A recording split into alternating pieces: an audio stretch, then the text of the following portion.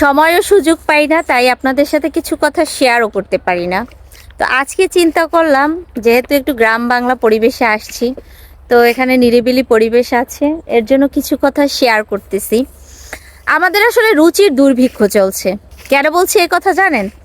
কারণ এই যে দেখতেছেন আপনারা, যারা অশ্লীলতা করতে পারে, যত ছোট পোশাক পরতে পারে, যত মানে কি বলবো, এদের কাছ থেকে আসলে মূলত শিক্ষণীয় কিছুই নাই। তো তাদেরকেই আমরা তাদের ভিডিও সবাই দেখি, ভিউ দেই, তাদেরকে সেলিব্রিটি বানাই, তারপরে আবার দিন শেষে তাদেরকেই গালি দিই।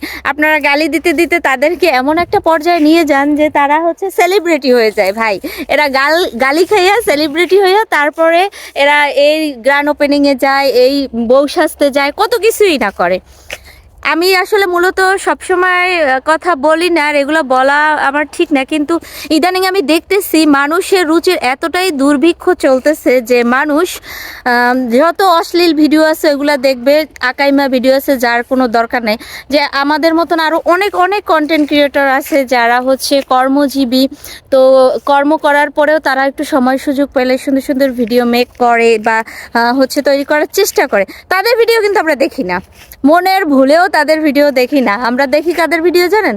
যারা অশ্লীলতা ছড়াবে, যাদের কাছ থেকে আসলে মূলত শেখার কিছুই নাই, শুধুমাত্র তারা মানে আপনার সোশ্যাল মিডিয়ায় এমন একটা উৎপাত তৈরি করে যাতে করে আপনি দেখবেন কি যে তাদের যন্ত্রণায় আমরা ফেসবুক স্ক্রলিং করলেই তাদের আসে, আর তাদের যন্ত্রণায় আমরা আসলে স্বাভাবিক যে কিছু করবো ওইটাও আমরা গুলাই ফেলে, এমন একটা অবস্থা। তো আমি মনে করি কি, আমাদের আসলেই রুচির দুর্ভিক্ষ।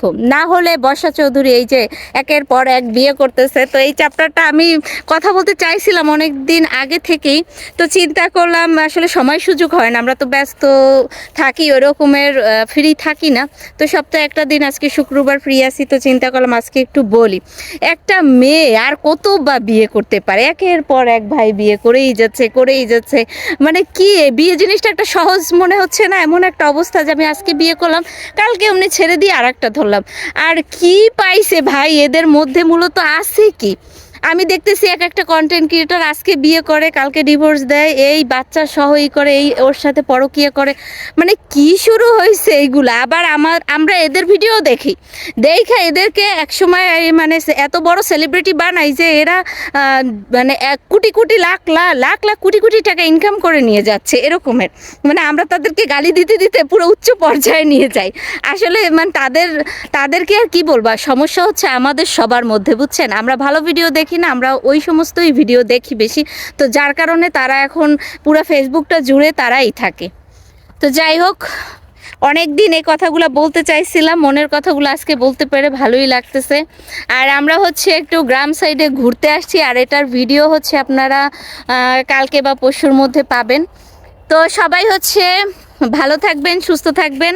জানি না কথাগুলো কার গায়ে যেয়ে পড়বে, গায়ে পড়লেও সমস্যা নাই, আই ডোন্ট কেয়ার, কারণ আমি নিজে ইনকাম করে নিজের টাকায় খাই, আমার ফেসবুকের টাকায় চলতেও হয় না, কোনো কিছুই করতে হয় না।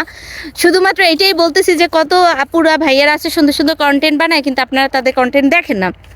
আপনারা গিয়ে দেখেন কাদের কন্টেন্ট, ওই যে যারা অশ্লীলতা করে, 4টা-5টা বিয়ে বসে, বুড়া বেটার লাগে বিয়ে বসে, ছাউ বেটার লাগেই করে। মানে কি যে একটা অবস্থা চলতেছে, এইটাই আর কি। জাস্ট আমার মতামত শেয়ার করলাম, দ্যাটস ইট। মনে কিছু নেবেন না। তো সবাই ভালো থাকেন, সুস্থ থাকেন। আল্লাহ হাফেজ, আসসালামু আলাইকুম।